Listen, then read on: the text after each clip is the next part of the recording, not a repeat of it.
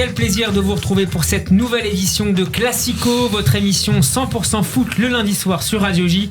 Merci de votre fidélité. Classico à écouter sur radioj.fr et sur l'application Radio J. Autour de la table, les chroniqueurs sont en place. Bonsoir Benjamin Krief. Bonsoir Steve, bonsoir Alex. Avocat en droit social et président du fan club de Bernard Lama. Bonsoir également. C'est toujours vrai Benjamin. C'est toujours vrai. C'est toujours vrai. Bonsoir également Alexandre Darmon, journaliste et youtubeur avec sa chaîne Indécis. Salut Alex. Bonsoir Steve, bonsoir Benjamin. Et puis on est heureux d'accueillir ce soir un grand nom de la presse sportive française. Bonsoir Gérard Réginès. Bonsoir à tous. Merci d'être avec nous ce soir. Vous avez été longtemps rédacteur en chef au quotidien L'Équipe, puis à France Football, et vous avez récemment publié le livre d'or du football de l'année 2020, paru aux éditions Solar. Bienvenue à vous. Classico épisode 15, c'est parti. Les excuses d'André Villas-Boas aux supporters phocéens après la nouvelle défaite de l'Olympique de Marseille à domicile contre Nîmes. Un mauvais résultat au terme d'une prestation très mitigée. Avant de revenir sur la communication du coach portugais, messieurs, qu'avez-vous pensé de la performance des Olympiens ? Je cède tout de suite la parole à Gérard Réginès. Je suis comme vous, j'en ai pas pensé beaucoup de bien, mais c'est difficile. Moi, je pense que Marseille est l'équipe la plus handicapée par les huis clos. Et ça explique aussi un peu ses hauts et ses bas. Après, on peut rentrer dans des problèmes plus compliqués, contractuels, futurs contractuels, non contractuels. Marseille a valorisé ses meilleurs joueurs dans la durée, je dirais financièrement. Je parle de Payet ou de Mandanda, qui maintenant sont forcément, Payet maintenant c'est un sénateur, il est blindé. Il joue un peu quand il a envie. En ce moment, il n'a pas trop envie parce qu'il est vexé d'être remplacé ou de pas toujours être titulaire. Et puis, comme c'est un joueur majeur, il suffit qu'un joueur majeur soit défaillant dans ce genre d'équipe et parfois, ça passe pas, ça passe à côté. Mais pour vous, Gérard, l'élément numéro 1, c'est l'absence du deuxième homme au Vélodrome. Oui, je crois que l'élément numéro 1, c'est ça. Je crois franchement qu'un match comme celui-là, avec le 60 000 personnes qui poussent, je suis d'accord. Vu le classement de l'OM, il y aurait du monde actuellement au stade Vélodrome. Évidemment, c'est difficile de dire que le résultat aurait été forcément bouleversé. Mais enfin, le jeu de l'équipe n'aurait pas été le même. Après, la réussite, c'est encore autre chose. Benjamin, c'est plus compliqué. Non, Gérard a raison, ce qu'il dit, c'est vrai. Le public à Marseille a une grande influence et le score aurait sûrement été différent s'il y avait eu du public. Après, moi, à l'OM, il y a deux sujets qui m'intéressent. Il y a le terrain. Sur le terrain, ce qu'on voit, c'est assez faible depuis le début de la saison. En Ligue des Champions, ils l'ont montré. En Ligue 1, ils s'en sont sortis de manière toujours assez compliquée. Et là, ils perdent contre le dernier. Moi, ce que je comprends pas avec ce club, c'est pourquoi Villas-Boas, l'entraîneur, a un tel crédit auprès de la presse, auprès des supporters de l'OM. J'adore parce que l'OM s'attache à des personnalités, il les vénère, peu importe les résultats. Là, tu perds contre le dernier, tu n'as rien montré depuis que tu es arrivé au club, et tu vois pourtant. J'exagère un peu, rien. Non, j'exagère pas. Qualification certes dans des conditions particulières. Mais en Ligue des Champions. Voilà, le dernier entraîneur en date était Garcia, il était absolument détesté. Ouais. Bon, d'accord. Alors qu'il vous a amené sur la fin. Ouais. D'accord. Alors qu'il a emmené le club en finale de Ligue Europa. Là aujourd'hui, t'as Villas-Boas, tu perds contre le dernier. Je n'ai pas entendu une seule critique de Villas-Boas et qui d'ailleurs dans sa gestion d'après-match, excusez-moi, est très mauvais. Contre le PSG, il s'excuse. Hein. C'est la première fois depuis contre le PSG. Vas-y. C'est la première fois depuis 1962 que l'OM perd un match à domicile contre le dernier au classement. Et donc on ne parle pas de l'entraîneur. Et ce qu'il dit après la victoire contre Paris, contre la défaite contre Paris, où il dit la meilleure équipe a gagné. Excusez-moi, c'est une com pathétique. Donc je ne comprends pas. A perdu, t'as raison. Alexandre, je suis d'accord, mais après franchement l'OM, on est dur avec eux parce que ils jouent pas mal samedi quand tu regardes le match. Non mais objectivement, ils ont des occasions. Pas mal d'occasions en première mi-temps. Il manque de conviction, il manque de réussite. Benedetto, Payet, il fait un bon match, donc il manque de chance. Et je suis d'accord que franchement le public manque pour l'Olympique de Marseille, comme il manque hier soir d'ailleurs dans le match de Lyon. Il manque vraiment aussi hier soir. Maintenant franchement moi je pense que autour du club aussi ça va pas. Il y a le terrain bien entendu. Sur le terrain ils font le job. Après on va parler de la situation contractuelle des joueurs tout à l'heure. Alex, un mot sur le classement et disons le rythme de croisière de cette équipe. L'OM n'a remporté qu'un seul de ses 6 derniers matchs disputés en Ligue 1, donc une victoire, 2 nuls, 3 défaites. Un cycle difficile qui fait suite à un cycle qui était beaucoup plus vertueux, positif, avec 6 victoires consécutives à la fin de l'automne. Les Marseillais pointent désormais toujours à la 6e place du classement, avec désormais 10 points de retard sur le leader parisien. Ça correspond... je sais pas si ça correspond à leur place. En tout cas, ce qui est certain, au-delà des situations contractuelles, ce qui est certain, c'est qu'il y a des joueurs qui devraient se concentrer sur leur taf et sur le fait de jouer au football. Alvaro, il faudrait qu'il arrête de parler de Neymar et de lui répondre. Payet, il faudrait qu'il arrête de se plaindre tout le temps et de dire qu'il joue pas. Pareil pour Thauvin, pareil pour Benedetto qui fait part de ses problèmes devant le terrain, devant le but. Je pense qu'il y a un moment, un joueur de foot, c'est fait pour jouer, pas pour parler. Il y a aussi de ça qui est ennuyeux dans cette équipe de l'Olympique de Marseille aujourd'hui. Il y a un sujet aussi. Donc là, on a parlé du terrain et il y a aussi la direction sportive de ce club qui est complètement, mais aux abonnés absents. Enfin, on ne comprend pas quelle est la direction sportive, la politique sportive de ce club. T'as des dirigeants qui recrutent des joueurs qui sont mais des flops intersidérales, des joueurs inconnus au bataillon. Encore une fois, on va parler de Luis Enrique, mais c'est une erreur, mais incroyable. Ouais, je suis d'accord. Il y a Milic qui arrive. On va tous nous dire, mais c'est génial, c'est super. Ce joueur n'a pas joué. Depuis le mois d'août. Alors, en tout cas, avec Naples, il joue en sélection. Alors, c'est quoi la direction sportive du club quand tu achètes ce gars-là? Je crois qu'on est autour des 11 millions, quelque chose comme ça. Alors, un peu moins, ça se négocie. Il a fait des choses dans sa vie avant. D'accord, mais là aujourd'hui, c'est un joueur. Moi, ce que je ne comprends pas avec ce club, tu es l'OM, tu es un club fort en France quand même. Enfin, tu es censé l'être. Pourquoi tu ne recrutes pas en France d'abord? Pourquoi tu vas pas chercher des talents en France? T'as des talents en France. Gérard Egenès, pourquoi l'OM ne recrute pas en priorité des attaquants français? On a parlé la semaine dernière de Dia, de Fulgini. Pourquoi? Mais il faut pas s'étonner que l'OM recrute des remplaçants à l'étranger. L'OM peut pas recruter des titulaires dans des grands clubs étrangers. C'est totalement impossible financièrement. Après, vous avez bien compris que l'OM fait exactement comme Lille. L'OL cherche des jeunes joueurs pour pouvoir les valoriser et les revendre. Maintenant, le football, l'économie passe avant le terrain d'une certaine façon. C'est-à-dire que ce sont des paris à chaque fois. C'est-à-dire qu'on lance la pièce en espérant qu'elle va tomber du bon côté. Ils ont recruté Luis Enrique en disant que c'est le plus jeune grand attaquant que l'OM n'a jamais recruté, pour se rendre compte, mais finalement c'est pas un attaquant, c'est un joueur de côté, c'est un joueur de milieu. Finalement, c'est un arrière-gauche qui va remplacer Amavi. Alors, c'est forcément. Mais l'OM recrute des joueurs qu'on connaît pas parce que c'est un club français qui a pas de moyens. Alors, bien sûr, il pourrait recruter en France. Est-ce que les clubs français ont envie de vendre des bons joueurs à l'OM? Je sais pas. Vous savez, là c'est plus compliqué parce qu'on est en concurrence. Quand on aller de un joueur qui est remplaçant à Lyon, c'est pas sûr que Lyon a envie de le filer à l'OM. Il préfère le prêter à Brest ou le prêter à Lorient ou le prêter à Dijon. C'est difficile. Mais l'OM n'a pas vraiment de moyens et fait des paris. Alors les paris, ils peuvent réussir. Attention, peut-être que Luis Enrique dans 2-3 ans, ça va être un meneur de jeu transféré 100 millions. C'est un peu tard de 3 ans, peut-être. Mais on est tellement dans le court terme maintenant, tellement dans le court terme, c'est-à-dire dans le match suivant qui peut tout chambouler, que les joueurs n'ont plus le temps de s'adapter, il faut qu'ils soient bons tout de suite. Il a 18 ans, il arrive du Brésil, il arrive à Marseille. Il sait même pas ce que c'est, il sait pas où c'est. Mais Benjamin, Gérard, tout à l'heure, vous avez dit Marseille ne peut pas recruter des joueurs qui jouent dans un grand club. Et vous avez dit c'est impossible. Voilà, mais là je suis complètement d'accord avec vous. Mais en France, pourquoi Marseille n'a plus cette attractivité pour aller chercher des Delors, des Boulaya, des Fulgini, des Dia, des Antiste qui jouent marcherait aussi bien à Marseille. Mais Antiste marcherait aussi bien à Marseille. Mais c'est pas ça. Mais d'accord, mais pourquoi tu ne tentes pas le coup? Ça coûte moins cher et t'es censé pouvoir les attirer puisque tu es l'OM. Les joueurs doivent rêver de jouer avec l'écusson de l'OM sur la poitrine. Et Marseille l'a fait avant. Marseille a été connu pour ça. Enfin, je pense là à un exemple Didier Drogba. C'est quand même énorme ce qu'ils ont fait à l'époque. Ils ont été chercher à Guingamp. C'est un exemple parmi tant d'autres. C'est vrai que l'Olympique de Marseille le fait moins.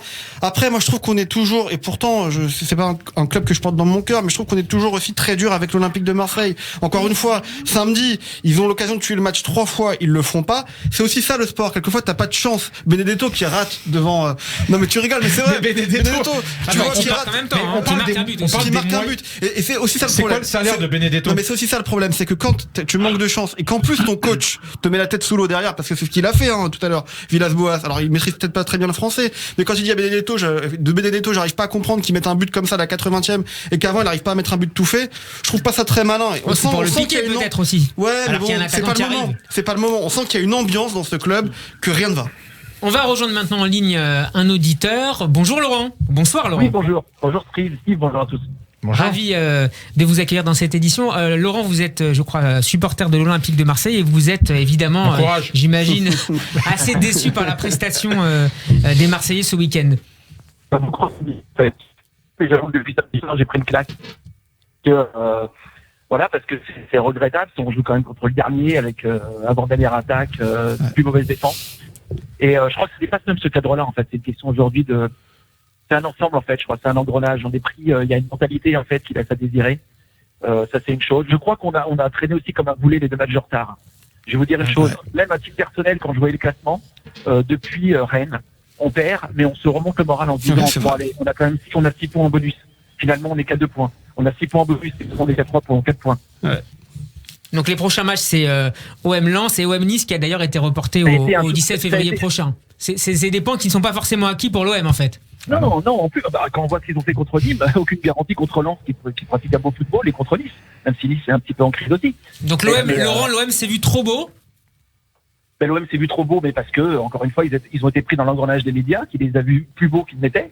Et parce que Villas-Boas aussi s'est lancé dans des longues diatribes en expliquant que quand Paris est moins bien, faut en profiter. Donc tout le monde justement a résolu l'équation en se disant il est en train de nous dire qu'on peut être champion là. Donc voilà, donc c'est vrai que après c'est des cycles. Je vois Rennes qui était un petit peu dans la mouise. Et ça a été d'ailleurs un cycle inversé avec alors je vais pas faire la victime en disant la décision de Turpin sur le carton rouge contre Rennes. À un moment on mène 1-0 et on peut les 2 ou 3 en première mi-temps et on est vraiment avec une mainmise sur le match. Et je pense que c'était un vrai tournant. Après, il mérite le carton rouge, Laurent. Il mérite le carton rouge, il le mérite peut-être même avant Gay. Donc oui, je trouve. D'accord, je pense qu'il y a vraiment 2 poids 2 mesures je vois énormément de matchs. Je vois des cartons qui sont sifflés pour des anti-jeux. Encore une fois, je veux pas jouer à la victime, je veux pas mettre ça sur l'arbitrage parce qu'il y a un vrai problème de fond, de jeu, de direction. On est d'accord là-dessus. Mais général, et même vous parliez des transferts aussi. Oui, il y a des très bons coups à faire en France, y compris en Ligue 2. On passe à côté. On est sur des noms, même si là, notre ami Laurent, justement, qu'est-ce que tu penses de l'arrivée annoncée de Milic? On va en dire encore un mot tout à l'heure, mais personnellement, est-ce que tu vois ça comme une bonne nouvelle? Oui. Il rentre. D'abord, il est jeune. Faut pas oublier que c'est un très bon buteur. Il a été mis sur le côté par Gattuso à Naples. Ouais. Mais c'est pas une raison pour voilà. Donc je pense que d'abord il correspond au profil qu'on recherche. D'accord. Pour moi, ça peut être un bon complément de Benedetto. Ça fait longtemps à l'époque quand on parlait de Giroud et de joueurs un petit peu dans ce profil. Je pense que Milik d'abord a une magnifique frappe du gauche. Il a une très bon jeu de tête. Ça peut être un joueur en pivot. Il est technique. Donc je pense qu'honnêtement, ça peut être un très très bon recrutement. Ça c'est mon côté positif. Après, il faut voir encore une fois, mais comme pour beaucoup de joueurs dont on parle et qui sont pas forcément utilisés à leur place, quoi. Gérard Jeunesse, qu'est-ce qu'on vous a pas entendu sur ces transferts annoncés? Est-ce que vous considérez que Milic pourrait apporter quelque chose de plus à cet OM qui est en difficulté, notamment sur le plan offensif?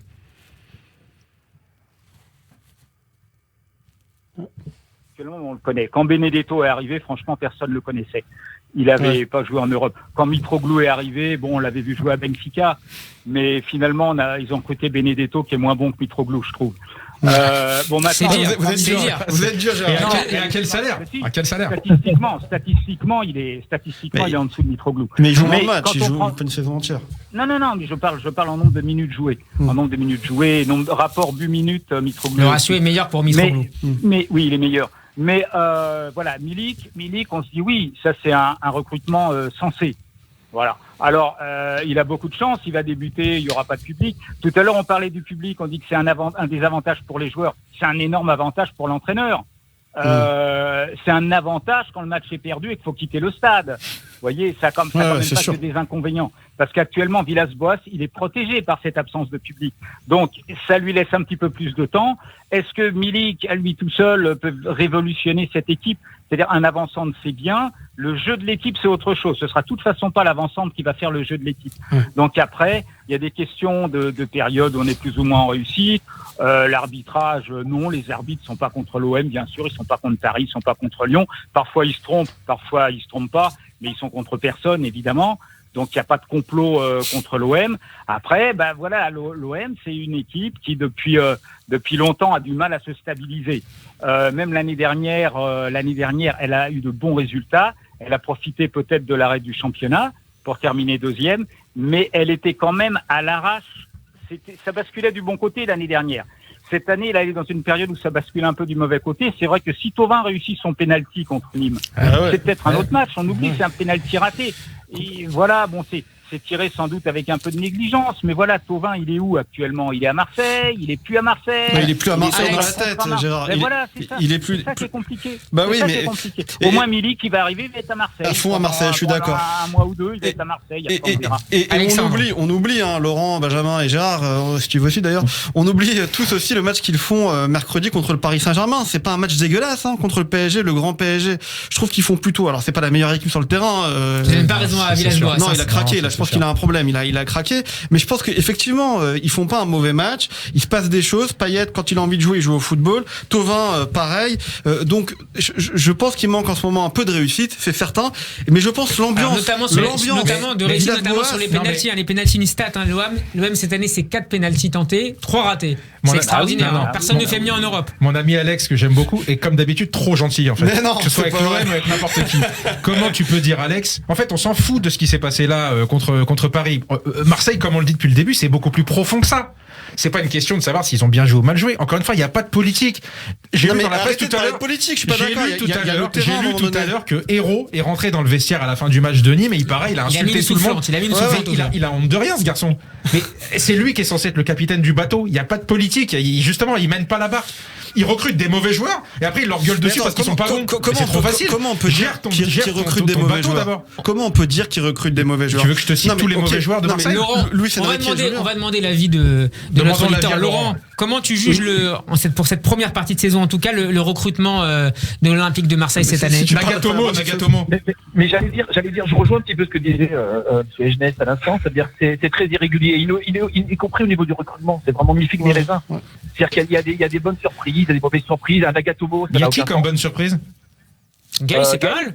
C'est pas mal. C'est pas mal. Cuisance, Cuisance, c'est bien. Il a bien démarré. Bon, c'est moins bien maintenant. Cuisance a bien démarré. Aujourd'hui, je crois qu'il devrait retourner au Bayern. Non, mais il faut lui laisser le temps. Benedetto, on en parle. On a dit il y a pas de moyens tout à l'heure. Benedetto, son salaire, on le connaît tous ici autour de la table. C'est autour de 300 000 € par mois. Donc ne disons pas qu'il y a pas de moyens à l'OM. Il y a des moyens, mais ils sont mal utilisés, c'est tout. Mais c'est beaucoup. Strootman qui vient de partir. 300 000, on parle de Germain là qui a 300 000. Est-ce que c'est un vrai salaire élevé aujourd'hui? C'est ça, on a un petit peu déphasé quand même. Mais s'il n'y a pas d'argent dans le club, 300 000 €, c'est quand même pour un club comme l'OM, c'est beaucoup. C'est terminé. Mais Strootman que tu as gardé pendant combien d'années? Je crois près de 500 000 €. Parce qu'il voulait pas partir. Personne ne voulait l'acheter. Et lui voulait pas partir. Oui, mais donc c'est bien ce que je dis. C'est pas une question de terrain, savoir s'ils ont été bons ou pas bons sur choix. C'est une question de gestion de politique. Donc quand Hérault rentre dans le vestiaire à gueuler sur les joueurs, moi je dis qu'il n'a honte de rien, ce monsieur, c'est tout. Alors oui, Laurent. Mais s'il n'était pas rentré dans le vestiaire pour gueuler, on aurait coulé le navire. Donc il faut pas lui en dire ça de plus. C'est vrai qu'il a été absent plusieurs reprises, mais là il est quand même rentré en lisant ça. Je me suis dit ça va réveiller les joueurs, même l'entraîneur, et voilà le président qui rentre dans le vestiaire pour gueuler. Si ça avait été Aulas, on aurait dû bien jouer, bonhomme. Ouais, parce que Aulas, il y a. Merci beaucoup, Laurent. Et à bientôt dans Classico. Merci Laurent. Merci Laurent. Alors Villas-Boas tout à l'heure a mis en avant dans une conférence de presse la situation des joueurs en fin de contrat. Il a parlé notamment de Thauvin. Alors je le cite, il traverse un bon moment, mais c'est dur pour lui parce qu'il arrive en fin de contrat. Avec ce type de solution, tu as parfois besoin de ressentir un boost de confiance avec une prolongation. Qu'est-ce qu'il est en train de faire là, Villas-Boas? Il défend son joueur ou il attaque sa direction? Un peu des deux, je pense, mais juste pour revenir sur Thauvin contre Paris, franchement, je trouvais effectivement que c'était le seul. C'est un vrai joueur de ballon, Thauvin. Et il faut qu'il s'en aille vite. Parce que le pauvre, il a rien à faire dans cette équipe. Il est seul totalement à jouer. Il faut qu'il s'en aille très vite. Tu parles de la direction sportive de l'OM. L'OM a tout intérêt à le garder, justement, pour faire une belle équipe autour de lui. Bien sûr, mais c'est pas ce qui se dessine. On n'a pas l'impression que ce soit ce qui se dessine. Thauvin, ça fait longtemps qu'il doit partir déjà. Il y a eu le coup Milan AC. Il est là, il est revenu. Après un échec assez retentissant de l'Angleterre. Bien sûr, mais c'était il y a quelques années. Il a progressé maintenant. Il a joué en équipe de France. Moi, je pense qu'il faut vraiment, pour lui, je pense qu'il faut qu'il s'en aille. Mais pour l'OM, t'as raison. Il faudrait construire, il faudrait garder. Mais surtout, il faudrait juste accepter que tu n'es plus un grand club européen, que tu es un club. Tu veux déprimer tous les supporters. Mais c'est là que tu te trompes. Il faut juste faire le bilan, assumer le fait que tu n'es plus un grand club européen, ni un grand club français, ça, Benjamin. Construire avec les meilleurs joueurs français que tu peux recruter dans les autres clubs et avancer comme ça avec le centre de formation. On n'en parle pas. Qui tu formes aujourd'hui à l'OM? Il est pas très fort le centre de formation de l'Olympique de Marseille. Franchement, c'est ce que je te dis. Qui tu formes aujourd'hui? Personne. Camara. Oui, Camara. Tu parles de culot tout à l'heure avec Hérault. Enfin, Villas-Boas, il a aussi quand même sacrément du culot parce que il est en train de nous sortir toutes les excuses du monde pour pas prolonger son contrat, comme quoi il peut pas signer 2 ans et tout. Ça d'ailleurs, je sais pas parce que toi tu dois savoir en tant qu'avocat, est-ce qu'il a le droit de prolonger de 1 an seulement? Visiblement, il aurait le droit de prolonger pour 1 an seulement dès lors que son contrat initial était de 2 ans. Visiblement, c'est ce qu'il dit. Ouais. Mais je suis d'accord avec toi là-dessus, tu vois, pour une fois, les déclarations qu'il fait dans la presse. Non, mais les déclarations qu'il fait dans la presse, c'est ça rejoint ce que je disais au début. Pourquoi ce mec a une telle presse à l'OM? Je comprends pas. On va poser la question à Gérard Agenès. Gérard Agenès, dites-nous. Comment vous expliquez le statut assez privilégié dont bénéficie Villas-Boas depuis son arrivée dans le sud? Villas-Boas, il est arrivé à Marseille, c'était quand même pas un inconnu. Ouais. On l'a présenté, il avait 32-33 ans comme le futur José Mourinho. C'était pas rien parce qu'il était portugais, bien sûr. Il avait une trajectoire un peu semblable, pas ancien joueur professionnel de haut niveau, théoricien du foot, penseur du foot, beau discours, charmeur, séducteur, beau gosse. Bon, polyglotte. Il a tout pour lui. Il a tout pour polyglotte, bien sûr, c'est essentiel. Donc il a tout pour lui. Et après, il n'a pas eu des résultats extraordinaires avec les équipes qu'il a eu à diriger. Ça veut pas dire que c'est pas un bon entraîneur. C'est peut-être un bon entraîneur. Marseille, c'est un endroit tout à fait particulier pour les entraîneurs. Il a été très très habile pendant longtemps parce que c'est vrai que son discours est séduisant. Voilà, est séduisant. Et l'année dernière, les résultats étaient bons. Et il n'a pas été attaqué, c'est normal. Cette année, la Ligue des Champions lui a fait beaucoup de mal. Il a apporté beaucoup de tort. Ça a été difficile. On sent qu'il en a souffert, qu'il a eu du mal à s'en remettre. Il est rentré dans un discours banal, c'est-à-dire après le match contre le PSG de la semaine dernière, il a dit que l'OM aurait mérité de gagner. Par exemple, pendant ça en direct. Bon, là, on sourit. Après, on dit l'OM a été bon contre PSG, mais tout le monde est bon contre PSG. PSG, c'est une équipe qui défend à 6. Toutes les équipes défendent à 10. Tout le monde est bon contre le PSG. Angers est brillantissime contre PSG. Tout le monde ne marque pas contre le PSG, Gérard. De l'année. Non, mais c'est le match le plus facile de l'année, le match contre le PSG. Tout le monde joue bien contre le PSG. Allez voir Nîmes ou les clubs comme ça, demandez-leur. Non, mais c'est facile. Mais toutes les équipes, Brest est venu au parc. Qu'est-ce qu'ils ont bien joué? 4-0. Qu'est-ce qu'ils ont bien joué? Bref. Non, mais tout le monde est bon contre le PSG. C'est facile. Neymar défend pas, Mbappé défend pas, Di Maria défend pas. On va en parler, ça, alors, voilà. Alors, on est bon contre le PSG. C'est parfaitement résumé. Mais on prend la tôle à chaque fois. Alors bon, voilà. Au final, Villas-Boas, il dit que PSG... l'OM aurait dû battre le PSG, mais non, le match pouvait durer 10 heures. PSG aurait gagné. Voilà. Et ça, je trouve que ça contribue à le décrédibiliser. Et c'est important, c'est très important, parce que tant qu'on croit ce qu'il dit, il peut avancer. Si on commence à se dire, il nous enfume comme les autres, c'est juste un entraîneur banal. Alors, ne vous emmerdez pas avec lui. C'est pas la peine de filer une fortune à un entraîneur banal. Clair, il a raison. Voilà. Il y a Jean-Louis Gasset qui est prêt, une fois qu'il aura fini Bordeaux, à revenir à Marseille. C'est bon. Au Galtier, avant. C'est une parfaite transition pour parler maintenant du Paris Saint-Germain, nouveau leader de Ligue 1, et ce, malgré une prestation moyenne contre Angers samedi soir. Une mauvaise pub, certainement, au moment où les droits de la Ligue 1 s'apprêtent à être mis en jeu.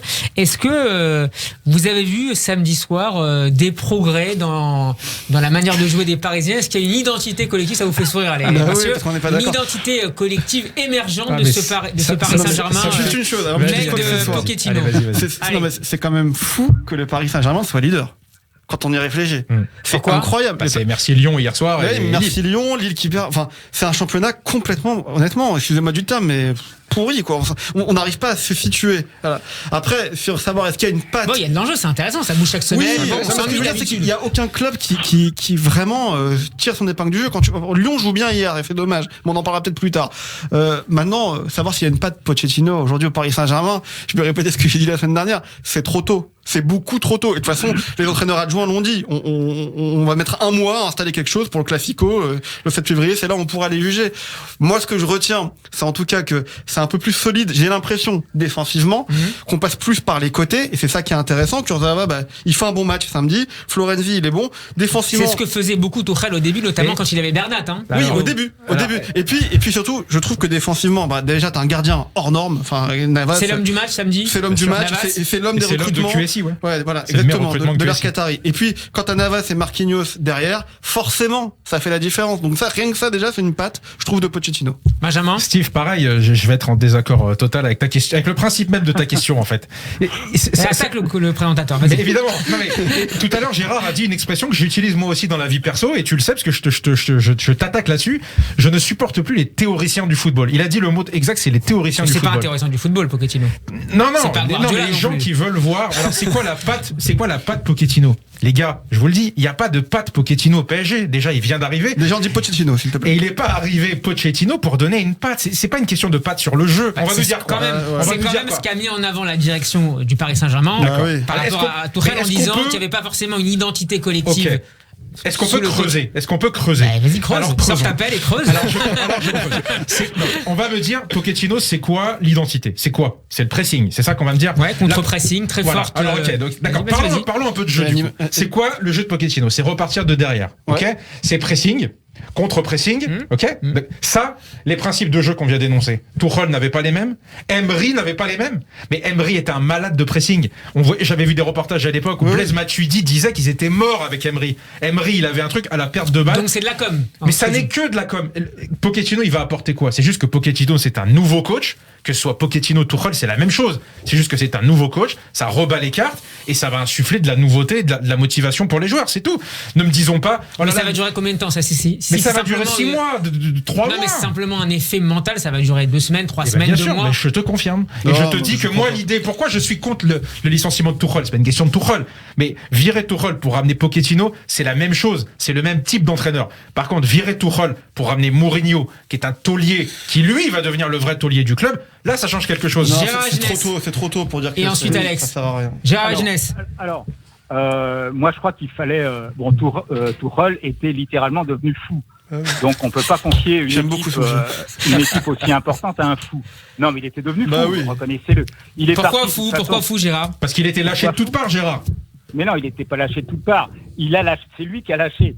Il a quitté Mayence dans la crise. Il a quitté Dortmund dans la crise.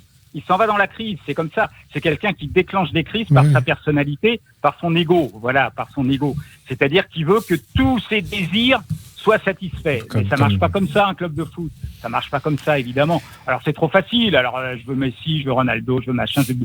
Il a Neymar et Mbappé et il se plaint de son effectif. Ouais. Donc si ça c'est pas être fou, il faut m'expliquer ce que c'est. Bon, alors après, on le remplace en cours de saison. Je vous rappelle quand même que quand on remplace un entraîneur en cours de saison, c'est généralement pour le maintien.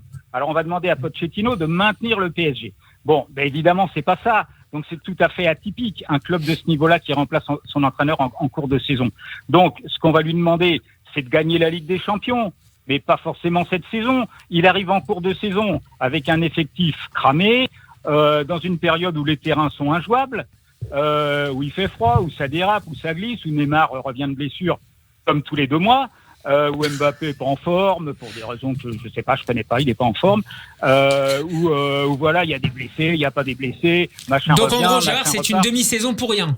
Il prépare la saison prochaine. C'est pas une demi-saison pour rien, parce que si Tuchel était resté, il y aurait eu mort d'homme avec Leonardo. Donc déjà, ça évite un grand procès à notre ami avocat. Mais Gérard, il a raison. Gérard, ce que vous dites, c'est important. Est-ce que vous pensez pas que de toute façon, quoi qu'il arrive, Leonardo, il est là. Le rapport qu'il a avec le Qatar, il est toujours là. Que ce soit Tuchel ou Pochettino, ça va être la même chose. Cette relation, ce bicamérisme à la tête du PSG. Tu peux aller au clash, Benjamin. Tu peux aller au clash. Mais Pochettino n'ira jamais au clash.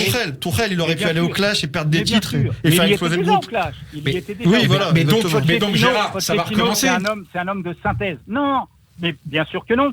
Parce que s'ils ont pris Pochettino, c'est parce qu'il va pas venir pleurer tous les 2 jours. C'est ça. Il est peut-être plus politique aussi que Tuchel. Pour l'instant, plus pragmatique. Un milieu de terrain qui va faire jouer défenseur. Exactement. C'est une horrible provocation. Exactement. Comment peut-on, avec le salaire qu'il touchait, jouer autant contre son propre club? C'est pas possible. C'est un destructeur. Au début, c'est un destructeur. Pochettino, il va construire. Je suis d'accord avec Gérard. Mais bien sûr, parce que les séducteurs au début, ils nous trompent. C'est l'histoire d'Villas-Boas. Ils nous trompent. Mais c'est les mêmes. Tuchel, quand il est arrivé au PSG, il était exactement ce que vous décrivez. Il était beau, il était sympathique, il faisait des sourires, il parlait français. Les joueurs lui sautaient dans les bras, la presse l'adorait. Donc qu'est-ce qui s'est passé pour qu'à un moment il devienne, ce que vous dites, ce que je ne crois pas moi, fou? Il en avait marre. S'est passé quelque chose. Il en avait marre. Mais il en avait marre. Quoi, Alex? Mais tu peux pas en avoir marre comme dit Gérard. Il n'y avait pas Leonardo quand il est arrivé. Oui, il n'y avait pas Leonardo. Il en avait marre du club. Il arrivait à une fin de cycle. Mais comme dit Gérard, tu peux pas devenir fou parce qu'il est devenu fou. Je suis d'accord pour taper sur le club à la veille d'un match contre Strasbourg, alors que t'as Neymar, Mbappé, Di Maria, as Keylor Navas, Marquinhos dans ton équipe. C'est pas possible. Alors justement, à propos de Neymar et de Mbappé, Leonardo s'est livré dans une interview à paraître demain dans France Football. Il évoque notamment la situation contractuelle de Mbappé et Neymar qui seront en fin de contrat tous les deux en 2022. Je cite Leonardo, il faut juste trouver un accord entre leurs envies, leurs exigences, nos attentes et nos moyens. Et il ajoute, et c'est particulièrement intéressant, on n'en est pas à les supplier, pardon. S'il te plaît, reste, explique Leonardo, qui ajoute, resteront ceux qui veulent vraiment rester. Là-dessus, pour une fois, je suis complètement d'accord avec Leonardo. Il faut donc il ouvre un peu la porte finalement à ces deux joueurs, s'ils sont pas contents. Exactement. Mais il a bien raison d'ailleurs. Il a bien raison. Le Paris Saint-Germain doit être une institution ultra forte. Et c'est ça qui nous manque aujourd'hui. Et solidaire. Et donc, effectivement, que ce soit Neymar ou Mbappé, même si c'est les deux meilleurs joueurs du monde, parmi les meilleurs joueurs du monde, s'ils ne veulent pas rester, qu'ils s'en aillent. Mbappé, qui est le meilleur joueur français, l'un des meilleurs joueurs de la planète, aujourd'hui, quand je le vois se traîner sur le terrain, faire la gueule, il déjoue un peu en ce moment. Et déjouer parce qu'il ne sait pas comment. En fait, il pense que à ses stats individuelles. Aujourd'hui, il sait plus, il est dérouté. Reprend du plaisir, sourit, voilà, c'est le meilleur joueur du monde. Et repose-toi aussi, joue moins. Et repose-toi sur les autres. Faut qu'il joue. Ne fais pas du name. Non, repose-toi sur les autres, pardon, j'avais entendu. Non, te repose pas, joue, mais repose-toi sur les autres. Il faudrait pas parfois le sortir ou le mettre remplaçant. Surtout pas. Il est pas en très grande forme. Mais peu importe, surtout pas. D'abord, il y a une chose qui est claire, c'est que je pense qu'ils laisseront pas partir les deux joueurs. Ça sera soit l'un, soit l'autre. Aujourd'hui, Neymar est en bonne position pour prolonger. Et moi, je suis plutôt content parce que quand tu vois Neymar sur le terrain, encore samedi, stat individuel, il est fou, ce que vous voulez, mais en tout cas, il fait jouer au foot, ce garçon. Il super bien joué au foot, il avance alors qu'il est fatigué. Après Mbappé, moi, ça m'exaspère quand j'entends des gens dire que Mbappé n'a pas le niveau, pour le citer, Jean-Michel Larquet, n'a pas le niveau pour jouer au Paris Saint-Germain. Kylian Mbappé, c'est un mec de 21 ans, 22 ans, qui est champion du monde, qui a gagné je sais pas combien de fois le titre de champion de France, qui est monstrueux sur un terrain de football, et qui là, est un petit peu en dessous, parce qu'il lui-même a la lucidité de dire on n'a pas coupé, on nous a jamais arrêté pendant la Final Four jusqu'à aujourd'hui. Il a cette lucidité de dire je suis pas bien et on le voit sur le terrain. Heureusement qu'il fait la gueule, il est pas bien. Moi je vais vous dire un truc, je vais vous raconter une anecdote. Kylian Mbappé, on l'avait reçu dans l'émission Au Tableau sur C8 quand je travaillais sur cette émission. Il avait 18 ans, c'était juste avant la Coupe du monde de foot.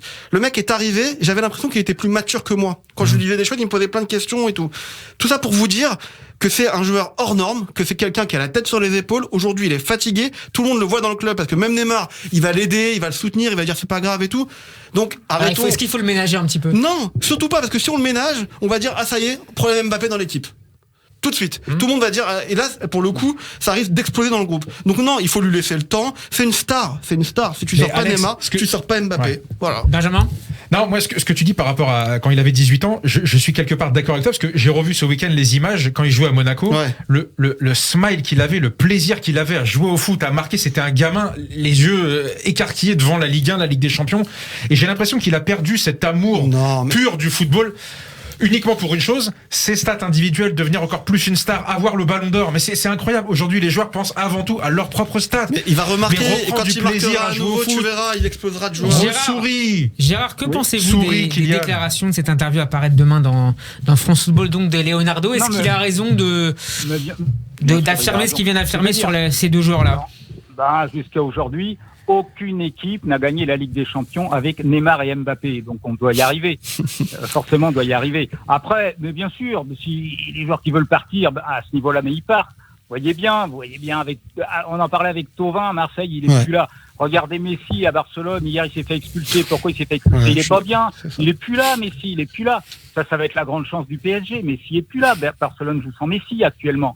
J'ai regardé le match hier soir, mais enfin c'est devenu un joueur banal, quoi. Un joueur banal triste, qui fait aucune différence. Oui, c'est triste. En même temps, on se dit que c'est volontaire. Alors c'est pas grave. Il va changer de club, mais on se dit aussi que si Neymar ou Mbappé part, l'un des deux, parce que j'imagine pas que les deux vont partir. Moi, j'imagine bien Mbappé partant et Messi arrivant, par exemple. D'accord. Et là. Et on gagne pas au change, hein. Et là, on gagne. L'idéal, c'est d'avoir les trois. Et là, ça va être compliqué. L'économie, c'est compliqué. Mais voilà, actuellement, les supporters du PSG peuvent raisonnablement rêver voir Messi jouer au Parc des Princes devant du public à la rentrée prochaine. Voilà, on a bien compris. Ce sera ou Manchester City ou le PSG. Barcelone, faut oublier. D'ailleurs, Leonardo Gérard Genès dit dans cette interview à apparaître demain, les grands joueurs comme Messi seront toujours mis sur la liste du PSG, mais ce n'est bien sûr pas le moment d'en parler ni de rêver. Ils sont sur la liste d'Aubervilliers aussi, forcément. Ils sont sur toutes les listes. Messi, bien sûr, moi je le prends dans mon équipe. Je suis à Gilles sur Yvette, je prends Messi, moi. Mais bien sûr, forcément, ils sont sur la liste de tous les clubs qui ont des moyens financiers et qui espèrent pouvoir se le payer. Oui, le PSG, ils peuvent. Financièrement, bien sûr, un dernier mot sur la Ligue 1, messieurs, l'émission avance. Ouais. Un mot sur Lyon. Leader déchu hier soir après un match assez intéressant contre Metz. Ouais, c'est un accident. Voilà, mais justement, si on renverse 2 secondes la vapeur, PSG, on n'a pas parlé d'Angers. Qui fait un super match. Il y a des super joueurs à Angers. C'est très cohérent ce qu'ils font depuis plusieurs saisons. L'entraîneur Moulin est vraiment. Ouais, il y a un vrai projet, il y a une vraie direction sportive. J'aime bien l'entraîneur, t'as raison. Pereira Lage, c'est un très bon joueur. Fulgini, c'est un super joueur. Avec le ballon, c'est un joueur qui fait vraiment des différences au milieu. Et Metz, c'est pareil. Tu vois, on parle de Lyon hier qui perd. Parlons de Metz un petit peu. Metz, c'est un super club. Bien dirigé. Ils ont perdu Diallo mais tu vois, il y a 2 mois, leur meilleur buteur. Mais je trouve que c'est un bon exemple de clubs qui n'ont pas de moyens. On va pas me dire qu'Angers et Metz ont plus de moyens que Marseille. Mais je sais pas. On te le dira pas, ça c'est sûr. Voilà, Metz est connu pour son centre de formation. T'as des joueurs très intéressants. Angers va faire du trading, c'est pas mal. Peut-être aussi moins de pression. Bien sûr, mais Oukidja, le gardien, c'est un super gardien. Voilà, il est décisif. Donc tout ça pour dire que ces petits clubs qui sont d'ailleurs pas petits au classement puisqu'ils sont pas loin de l'OM, eh ben il faut s'en inspirer. Marseille devrait prendre l'exemple. Il faut s'en inspirer selon exactement. Benjamin. Ah ouais, non, je suis d'accord. Et puis surtout prendre des joueurs qui font bon. Ça ravisse les supporters marseillais. Ouais, bah bon. Ce qu'ils veulent, c'est gagner. Moi simplement sur le match d'hier soir, il faudra qu'un jour on ait le débat dans cette émission. Je te le demande, Steve, officiellement. Je note. Sur Anthony Lopez, parce que moi sa sortie hier, sur sa sortie encore, et on nous justifie que bon, il fait juste de l'engagement, c'est tout ce qu'on veut. Mais il y a un jour où il va se prendre un carton rouge, Anthony Lopez, et là tout le monde va briser l'omerta et va commencer à lui mettre des cartons rouges sur ses sorties.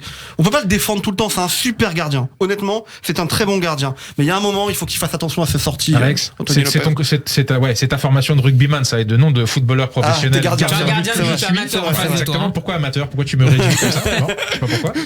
Quand tu es gardien et que tu sors, il n'y a aucune. Enfin, tu veux dire que tu ne réfléchis à rien en fait. Tu récupères le ballon, point final. Si l'attaquant reste devant toi, tant pis pour lui. Et ça, c'est ce qu'on t'apprend depuis les moins de 13. C'est pas normal. Vous avez peut-être reconnu le jingle historique de Canal+, non? Ah d'accord. Merci. Tant pis, peut-être que Gérard l'a reconnu. Peut-être. Ce jingle historique de Canal+, c'était pour introduire notre prochain sujet sur les droits télé. Un sujet qui est évidemment un dossier qui met évidemment sur les nerfs les présidents de clubs. Dernier coup de théâtre ces dernières heures. Accrochez-vous, c'est pas une blague.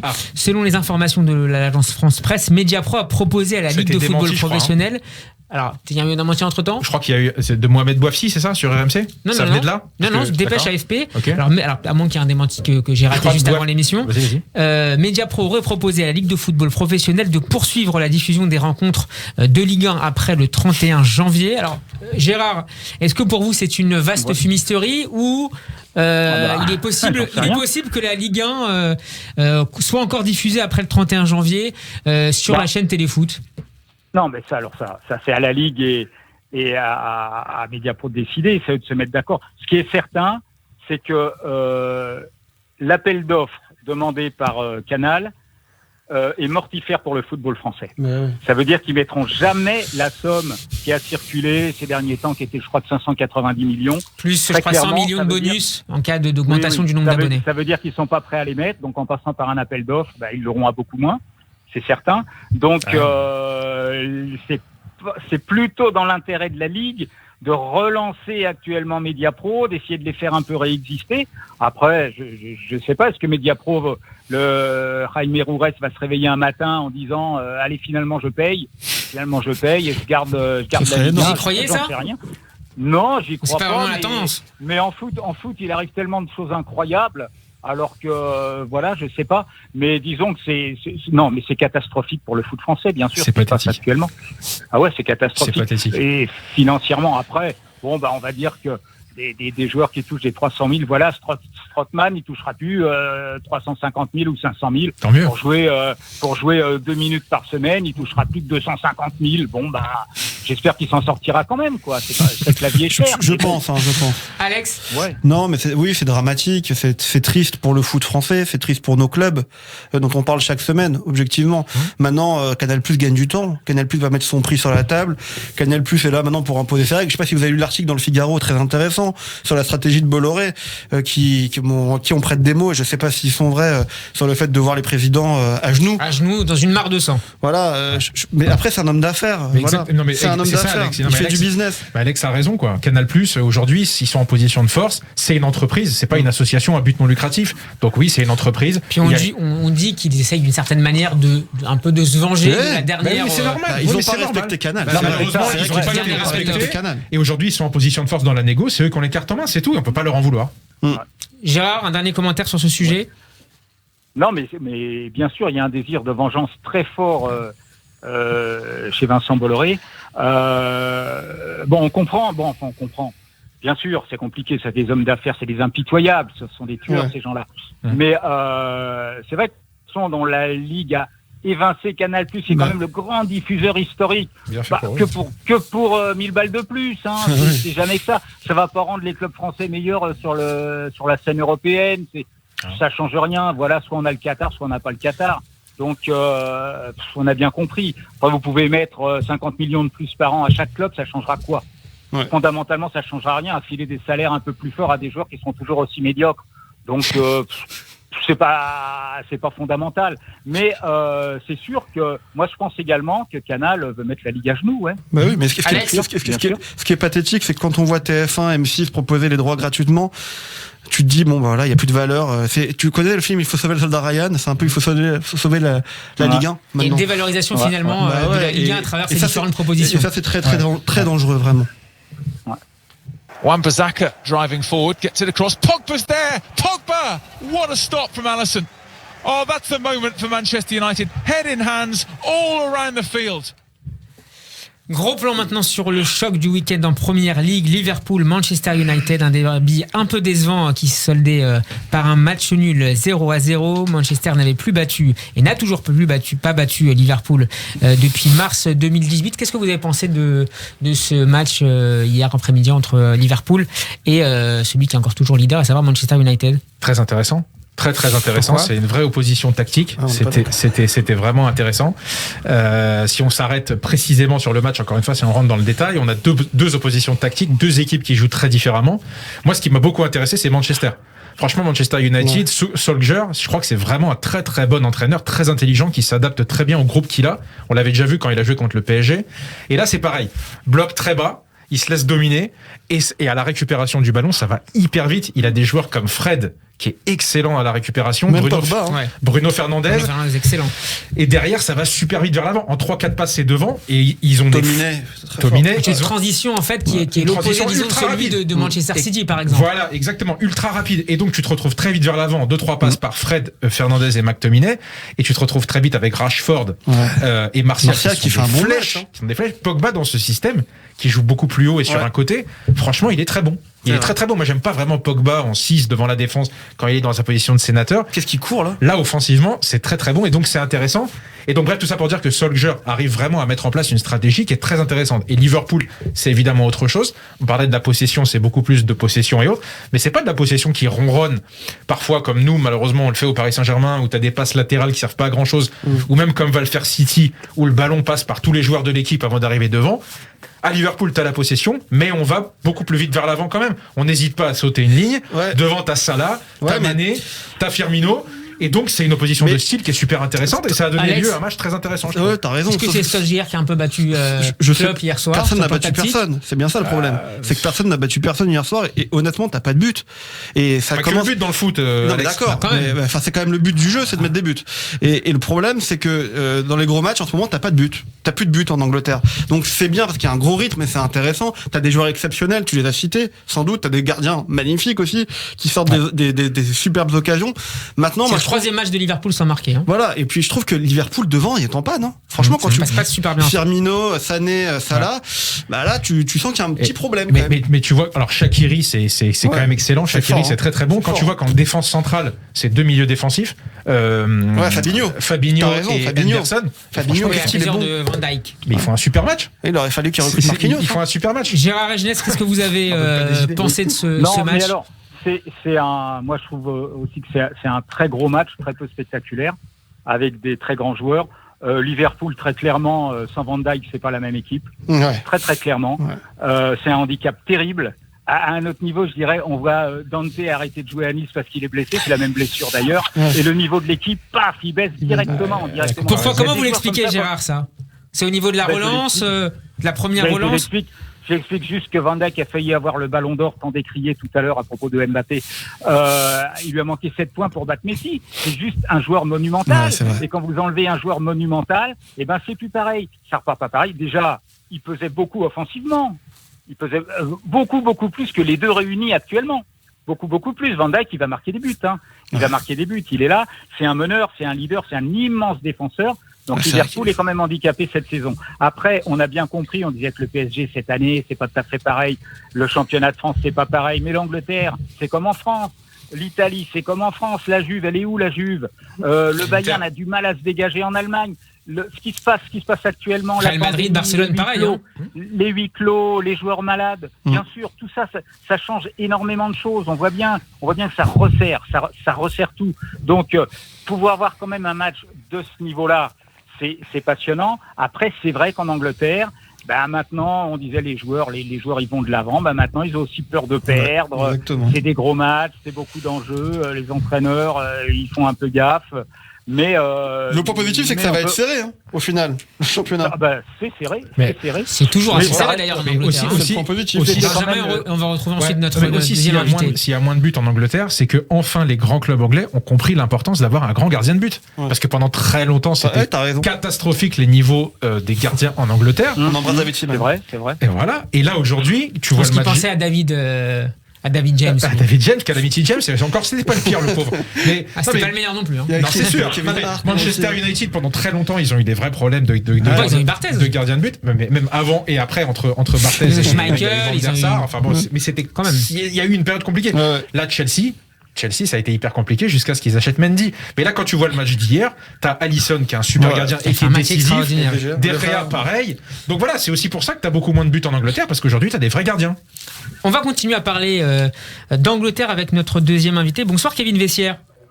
Bonsoir. Merci d'être avec nous.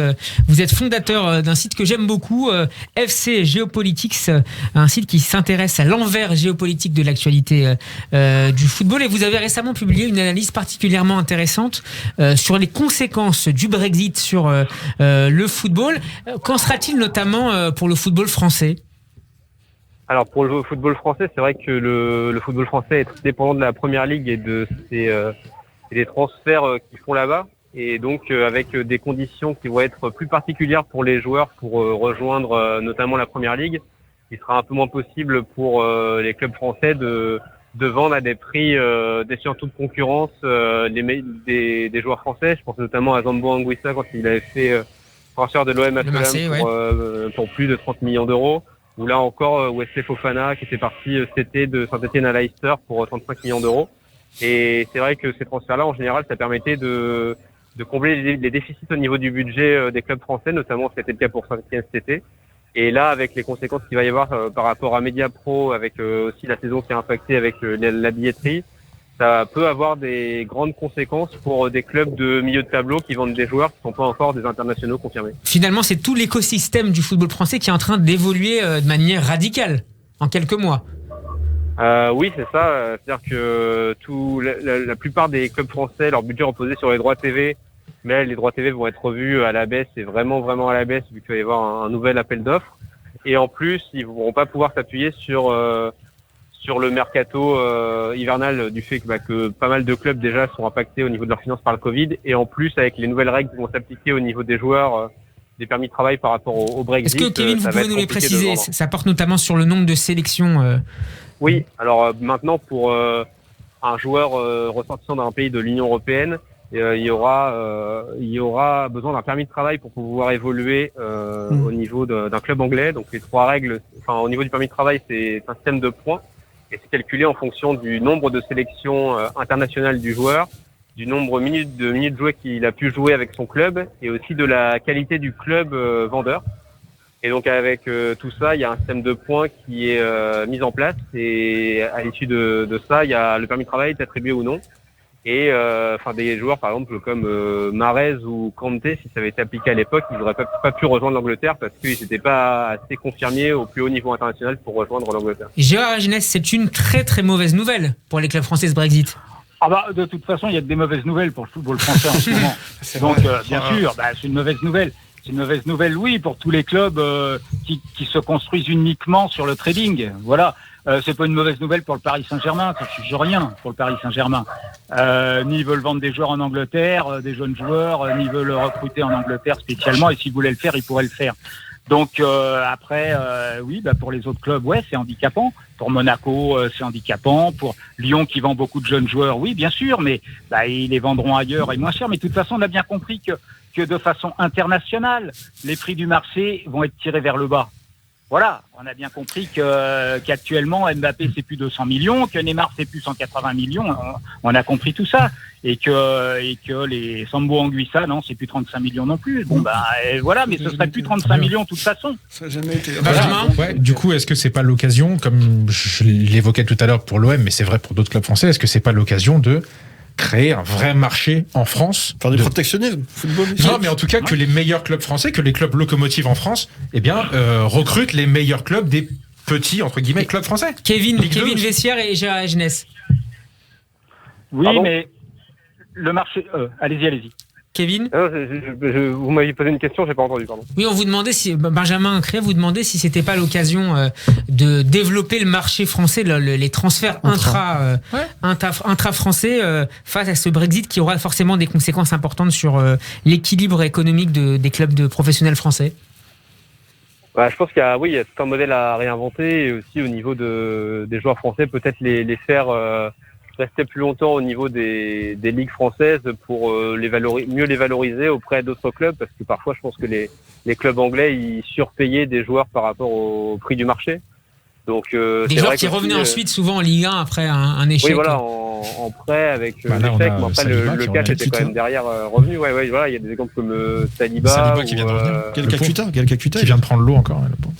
Ou Thauvin, on pourra parler de Thauvin tout à l'heure, c'est précisément ce qui lui est arrivé. Il y a eu aussi des Cabella, je pense, des joueurs comme ça qui sont revenus ensuite Ben Arfa derrière, quoi. Gérard Hagenès ? Ouais, alors bien sûr l'idée du marché franco-français c'est séduisant.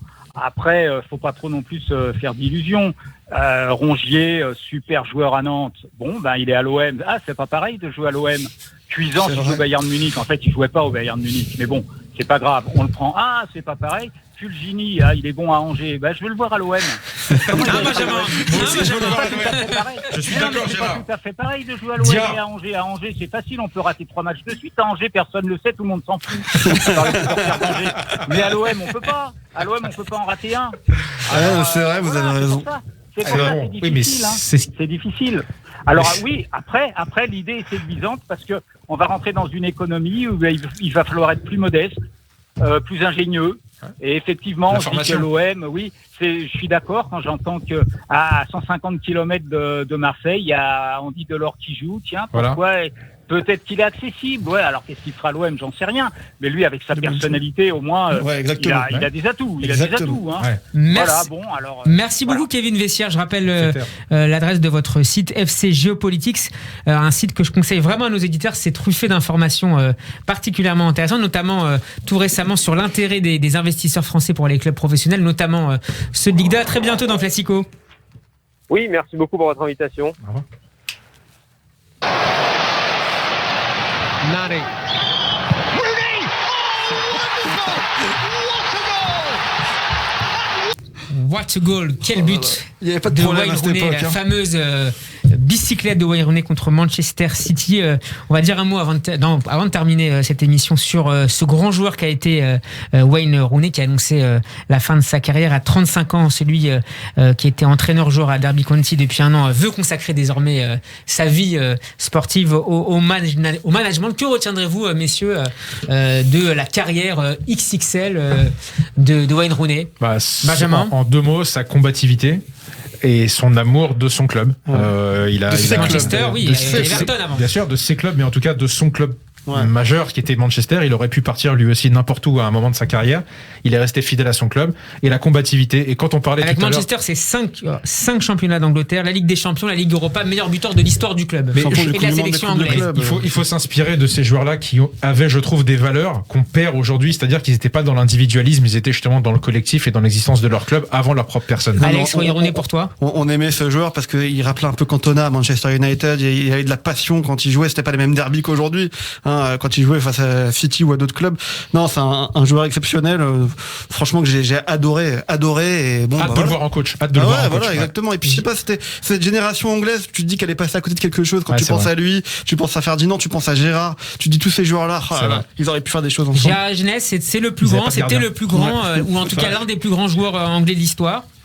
Oui, c'était un des plus grands. Oui, ça c'est aux Anglais de juger parce qu'ils connaissent mieux le foot anglais. Mais surtout, au-delà du jeu, c'est une personnalité très anglaise, c'est-à-dire Denis Law, George Best, Gascoigne, Rooney, c'est-à-dire qu'on parlait autant d'eux pour des excès en dehors du terrain que pour ce qu'ils faisaient sur le terrain.